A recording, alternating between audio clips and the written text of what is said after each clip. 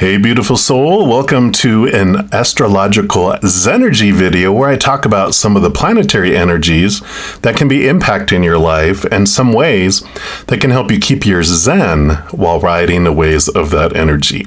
We're going to be talking about the Neptune and Chiron retrogrades and an auspicious time for launching new things. I have a special video where I do introduce retrogrades, which I'll have linked in the description box of this video down below, as well as at the end of the video. It's my Astrological Zen-ergy playlist. Okie dokie, let's start by taking a look at Neptune. Because Neptune is an outer planet and it has a distant orbit from the sun, it goes full retrograde once a year for around 5 months. But with its pre-shadow and post-shadow, it influences all year, which you're about to see. So this year, Neptune went into its pre-shadow period on March 11th. Which that's when it starts to slow down before beginning its backward progression in its degree from the perspective of the Earth. We begin feeling the influence of Neptune's retrograde energy starting then, but it grows stronger and stronger as we get closer to the retrograde period, which for this year runs July 2nd all the way up till December 7th, where it then enters its post-shadow period until it begins forward movement again on March 28th of 2025. So the post-shadow time frame, that's a period of reflection where the planet kind of stops its backward movement in degree and starts moving back forward, catching up to the degree it was at before it started to slow. I kind of look at it like maybe a stunt driver who's driving around a giant racetrack. It starts slowing at like a mile marker 100. That'll be like the pre-shadow. Eventually, it stops completely dead in its tracks at mile marker 133. That's when it begins its retrograde. And then it puts the car in reverse and it goes backward at full speed. And then it begins to slow its backward speed until mile marker 50, where it goes direct and into post-shadow. And then at that point it stops and then it speeds back up, going back forward, eventually catching back up to mile marker 133 where it started the slowdown. That is when it's out of the post-shadow completely. But what's really happening when you look at the race car track is that they're on the way outside. Let's say it's a huge race car, it's wide, and they're on the outskirts of the race car track, and we're almost at the center. If you ever see like the Olympics when people run, they have them kind of paced where the person on the inner is far behind everyone else and everyone else is staggered further and further forward. It's because you have to run further on the outside than you do on the inside, and that's kind of what happens with the planets. We're basically lapping those planets because we don't drive as far because we're on the inner track. So from our perspective, it looks like they're going backward or behind us at times on the track, and then other times it looks like they're keeping up until we pass them again every year. So honk honk, get out of our way, right? So Neptune's planetary energy is already associated with areas such as imagination, intuition, spirituality, illusion, and deep emotions. A retrograde, all of them take us inward with any planet, towards inward reflection in the area and the energies that the planet rules over. So it ignites us into a state of introspection and questioning. Now, Neptune just happens to be in the zodiac sign during this retrograde that it rolls over, which is Pisces. So this is an extra reflective time where we can go into an overly dreamy state, focusing on the illusion of what we think we want to see. Kind of like entering a deeper world of make-believe. It can help us stay balanced if we focus on things that ground us into our higher truths, so we don't become so focused on alternate realities that we lose clear sight of our capital T truths of who we want to be and what we want to be focusing on. Now, grounding can look different for each person, whether it be meditation, prayer, getting out into nature, maybe working out, maybe painting, maybe reading a good book, taking a nice, quiet, relaxing hot bath, going for a drive, whatever it may be. Usually, we will know of one thing in our lives that we've found that helps center and ground us. So do that during this period for sure when you feel you're getting out of balance. But even explore new ways that interest you, because during unbalancing times is a great time to find things that balance us, right? It's hard to find out things that keep you dry when you're in a desert during a sunny day versus when you're swimming in water or you're in a downpour, right? So use the time, if you want to, find more things that balance you. And Neptune already has an intuitive expression, so with the retrograde in Pisces, the veil can be very thin, meaning your spiritual gifts and connection to spirit will be very heightened. It's a great time to open up more to the higher realms and the clarity of the wisdom that they love to share with us. So here's a screenshot of the commonly known Pisces Neptune characteristics, so you can be aware of what areas of your life that this retrograde can rattle a bit.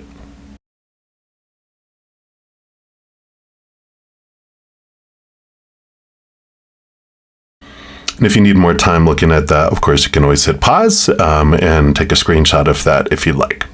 So that's kind of the skinny on the Neptune retrograde. So let's move on to the other astral energy that's in its pre-shadow right now and heading towards its retrograde, which is Chiron. Chiron is an asteroid or a comet, however you look at it, that takes 50 or so Earth years to orbit the sun. So like all the other outer planets, it goes retrograde every year for about 5 months or so. And if you've been watching these Zen-ergy videos, you'll have heard me say and may start to notice yourself that we are in retrograde about half our lives, especially when you include all the pre-shadow and post-shadow periods. It's like the planets are designed to keep pointing us inward, inward, inward, where we find the unconditional love that we're searching for in the outside world, but we can't find much of it out there. Chiron is also known as the wounded healer, who was a centaur who had been wounded and couldn't heal their own wounds, but they were a trainer of heroes and a healer for others. So they bring an opportunity to transform spiritual things into new ways of understanding it. Their energy, the energy of Chiron, helps us tap into our own inner healer to aid us in our own and the healing of humanity. And what a perfect energy to be happening right alongside that Neptune in Pisces retrograde that we were just talking about for this year. Now, Chiron went into its pre-shadow back on April 2nd, and it will go into its full-blown retrograde on July 23rd, where it'll stay until it goes direct on December 29th of 2024, so almost the end of the year, and that's when it enters its pre-shadow period until April 21st of 2025. And you'll notice for many of the outer planets, we're kind of in a consistent state of pre-shadow, retrograde, and post-shadow, going right back into pre-shadow again almost when we're right out of post-shadow. So the post-shadow period is where we get probably the biggest opportunity for reflection on what we learned during the retrograde and some normalcy when it comes to the areas of that energy that the planetary energies rule over. And when Chiron, when it goes retrograde, it can bring hidden wounds to the surface in different ways and spark us to find new ways of transforming the lower vibrational wound into higher vibrational wisdom and knowledge. And these are usually the painful memories from childhood that were rooted in fears we experienced, echoing forward in our lives. Chiron shows us how we can turn pain into wisdom by being kind of like our own therapist and healer, instead of looking and waiting for someone else to fix us. They show us how we can transform our stories from something that feels like a victim, where life is happening to us, to one where we feel empowered, where life is happening for us. The 2024 Chiron retrograde is going to be in Aries again, where the comet has been traveling on a 9-year journey that began back in 2018 and it ends in 2027. So it'll be going in retrograde each year in Aries. So get used to this energy for a few more years. And if your Chiron wounds cause pain that remind you of the past, getting to know your inner child may help you feel more happy and more comfortable. You can practice sending unconditional love and giving unconditional acceptance and unconditional time to the younger parts of yourself. And that can help build emotional strength and help transform the lower vibrational memories from your past. Now, because Chiron is in Aries during this retrograde, it can use the Aries energy of swiftness and heat to burn away insecurities you have about your self-image and assist in regenerating your body, giving it the capacity to kind of claim the physical space in this world with confidence, saying, I deserve to be here, right? And you can make the most of this energy to give yourself permission to transform your memories, your beliefs, and your physical body with this beautiful transformative power of Chiron. And we have some great energies happening right now, too, that we'll talk about next when we talk about this period of time we're calling launch time. Yes, and I said launch time, not lunchtime. Although, it is a good time to eat lunch too. But this life is made of ebbs and flows, and retrogrades are a great example of this energy. When planets are direct or far into their post-shadow period toward the end of it, the further we get away from the retrograde, the better. It's a great time to launch things because that's like the tide going out. When you're launching a boat, you don't want to fight against the tide coming in because that takes so much more effort to get the boat past like the surf and the waves coming in, and the chances of the boat capsizing and sinking is higher. And in astrology, retrogrades are a big indicator of the tides, but not all retrogrades. As I mentioned, we spend about half our lives in retrogrades, and many times they overlap when we bring in the outer planets that go into retrograde every year for 5 to 6 months at a time. And as I mentioned, when you add in their pre and post shadow periods, we wouldn't have any time. We'd never launch anything, right? So we look at the inner planets. The inner planets, or personal planets, as they're sometimes called, are those that are closest to the Earth and within the asteroid belt that circles the sun between Mars and Jupiter. Those planets, those inner planets, are, of course, Mercury, the closest to the sun, then Venus, and then there's the Earth, and then there's Mars. And so Mercury, Venus, and Mars, which have retrogrades, right? And then, of course, the other planetary energies that are considered personal planets are the sun and moon, but they don't have retrogrades, because the sun doesn't, we revolve around the sun and the moon orbits around us. So, they don't have retrogrades from the Earth's perspective. And when these three planets, Mercury, Venus, and Mars are direct, The tide supports launching new things that we want to last for a long time. We can still launch when these planets are retrograde. It just might be tougher and more challenging to get something launched. And the thing that we're launching, whether it's a relationship or new business or new idea, whatever, it would only last a short while if we do it when the tide's coming in, right? When in the retrograde period. Now, the exception to all of that is if it's something we've already been working on or had in the past, that during the retrogrades, we kind of bring back from the dead, we resurrect it, we revisit old things, we edit, we reconcile, whatever, then the energy supports longevity. The brand new things are the things that we want to be aware of during these times, not launching things like that.